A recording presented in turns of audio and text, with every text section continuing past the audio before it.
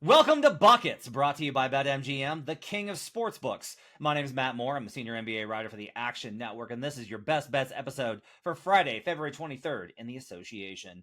No big picture futures look tonight. We did so many hours of content. I did all of those. I did over an hour with the Future Jays on Monday and talked with Sean Little about title and MVP on the Action Network pod, which you can check out over on that feed. Just go to the Action Network podcast, subscribe to that one. You get all sorts of our great content across sports. And you can find me and Sean talking about title futures and the MVP. But because of that, nothing's changed in the last 5 days, so I don't have anything to give you.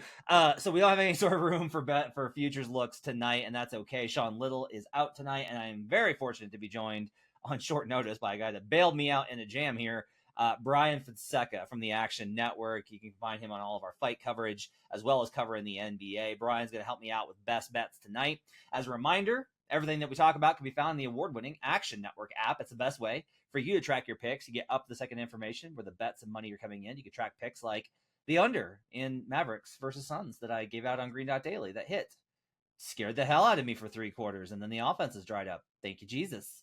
You can track those along with our future plays. Like, I don't know, Lakers at 50-1 to win the title. Let's get nuts.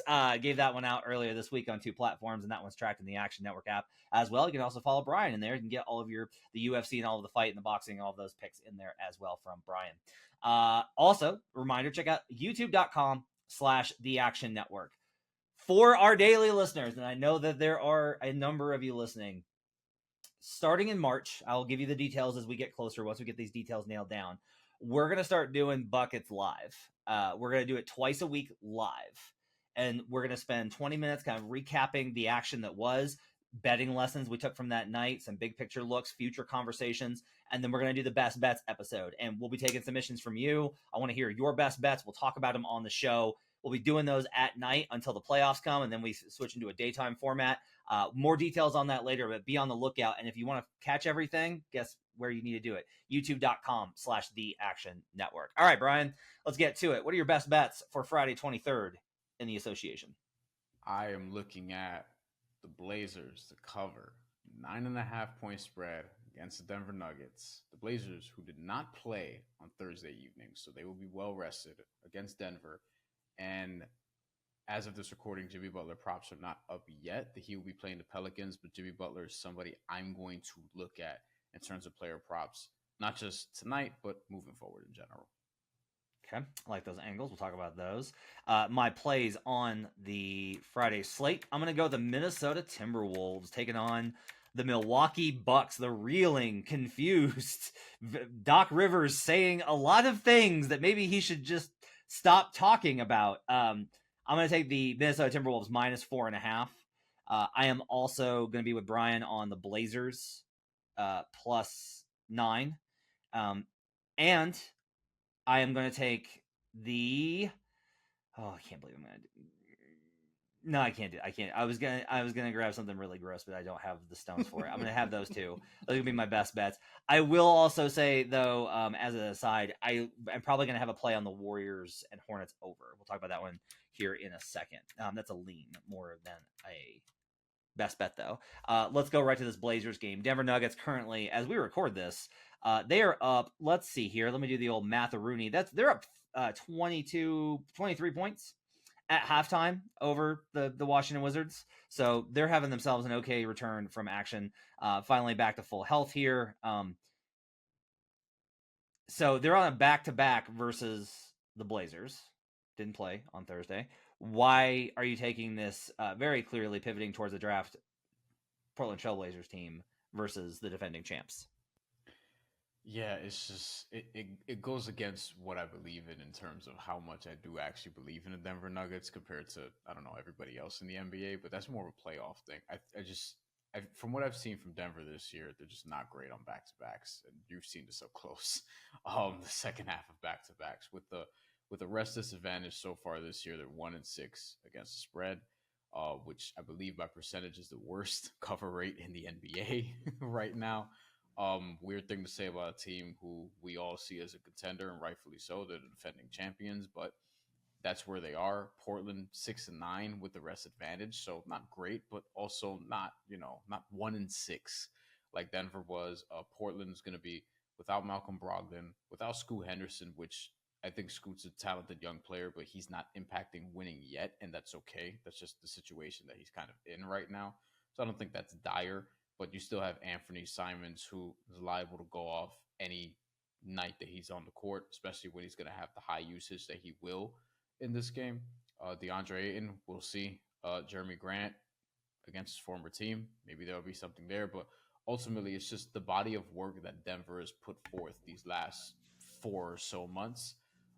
Just they haven't been a great cover. You've seen this up close, Matt. Like they're just not a team from a betting standpoint that you could always rely on. They actually pissed me off before the All-Star break because I had them to cover against the Kings, and they just blew that one. Not only did they not cover, they didn't even win the game.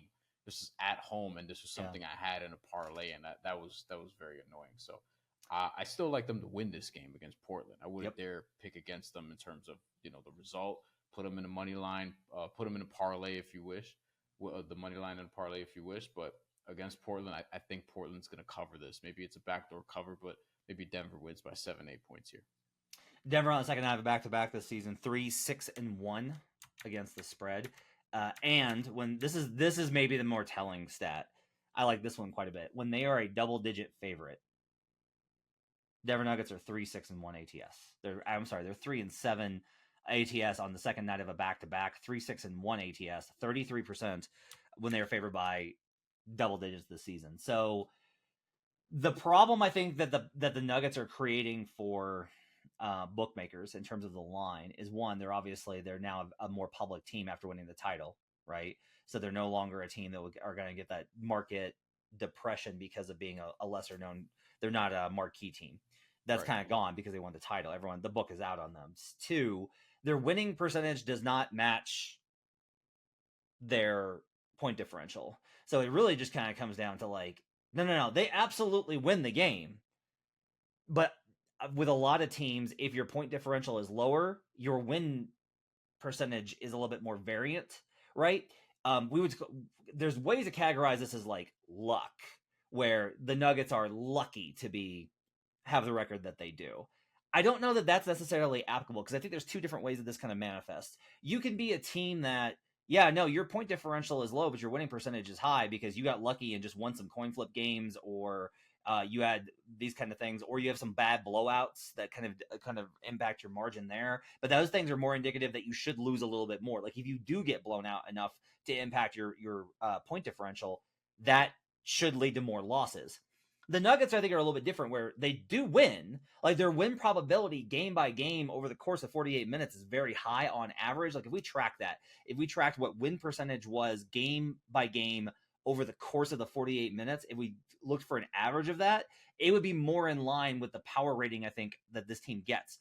However, that's not necessarily indicative of actually how the margin goes. They do let teams hang around. They don't blow teams out.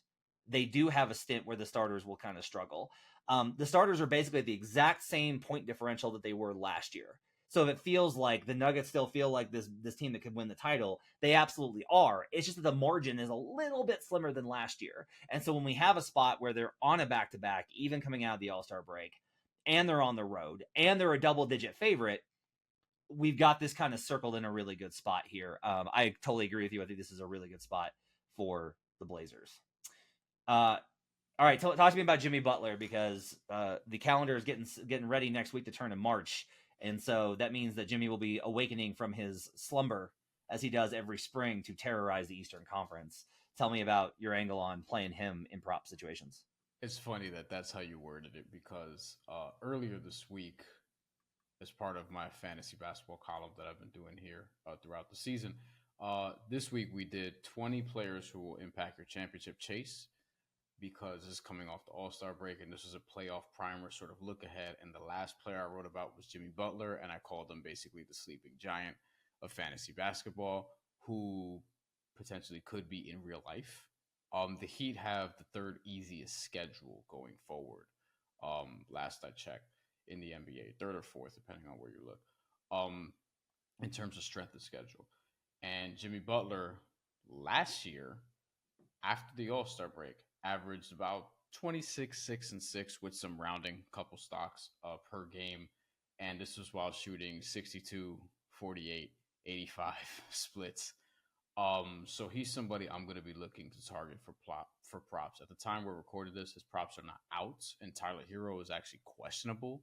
So we'll see. Obviously, if he's not there and Terry Rozier is not there, although it looks like he may be back pretty soon, um, then he's somebody that I would look at to hit his overs. He hit his overs on points in 5 of 7 before the All Star break, which typically was in the high teens, low 20s, depending on where you got it ahead of the Clippers game, which I believe he finished with 21.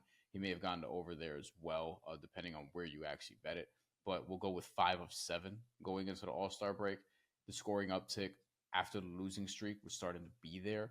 And then obviously, the variable with stocks. When he's actually really engaged, you start to see a couple steals, maybe a block, deflections, things of that nature. Like he's doing the Ed Reed shit that he does on defense. So he's somebody I'm going to be looking at because I actually think that while the Heat haven't been enjoyable for me to watch this year at all, I think that they might about to be, because I think there's a winning streak there for them, given how soft the schedule is about to get up after the slew of road games they're about to embark on. And then Jimmy Butler just sort of returning to form because he hasn't quite been that. He's still playing at a high level, but not really the Jimmy Butler level so far this year. So I actually think they can get to maybe 5-6 in the Eastern Conference, and then they can make that conference pretty interesting because Philly looks like they're going to continue to slide for a while, all the way into the play-in. Yeah, we'll see.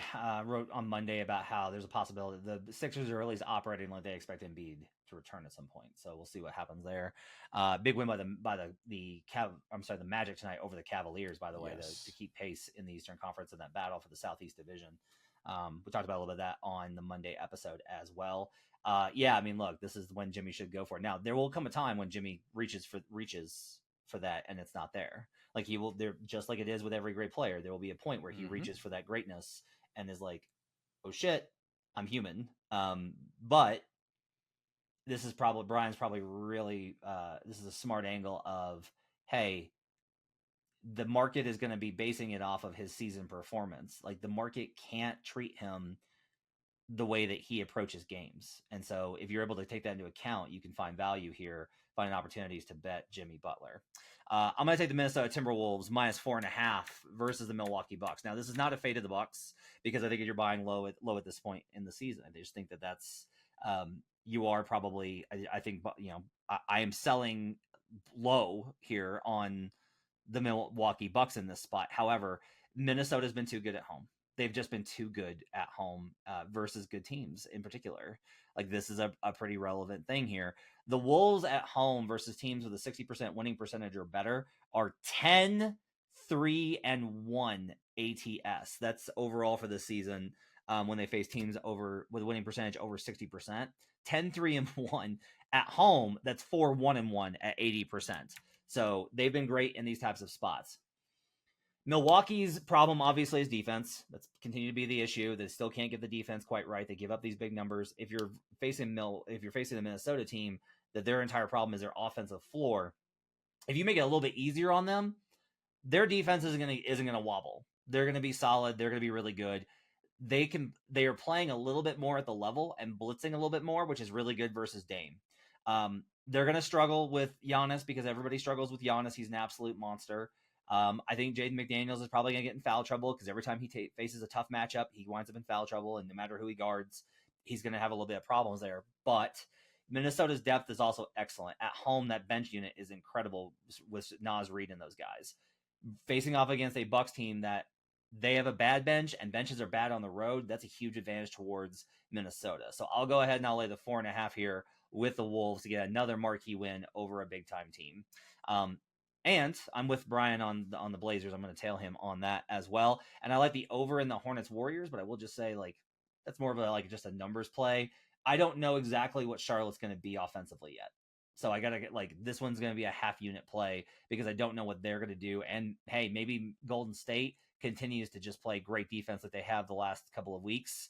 I think that the Warriors are being a little overbet right now, but It's not enough to get me on Charlotte. I would still probably lay the points with the Warriors with a big number here, but I do want to go ahead and see how this plays out, but I am willing to take the over just because I think the number's in a pretty bad spot. That's going to do it for Buckets. Thanks for joining us. Appreciate you guys being with us. Make sure to follow Bryan in the Action Network app and on Twitter. You can also catch all of his fight coverage at the Action Network. Appreciate you guys being with us. We'll be back on Monday morning with the Future Jays, Jim Turvey and Joe Delera. We'll do some futures looks as well as recap the weekend's action. My thanks to Matt Mitchell, our producer, as well as the crew over on the YouTube side, getting us up on youtube.com/the Action Network. And if he's getting this one tonight, our other producer, Brendan. Appreciate him getting this up as well. Thanks for joining us. We'll see you guys again next time. Till then, let's get buckets.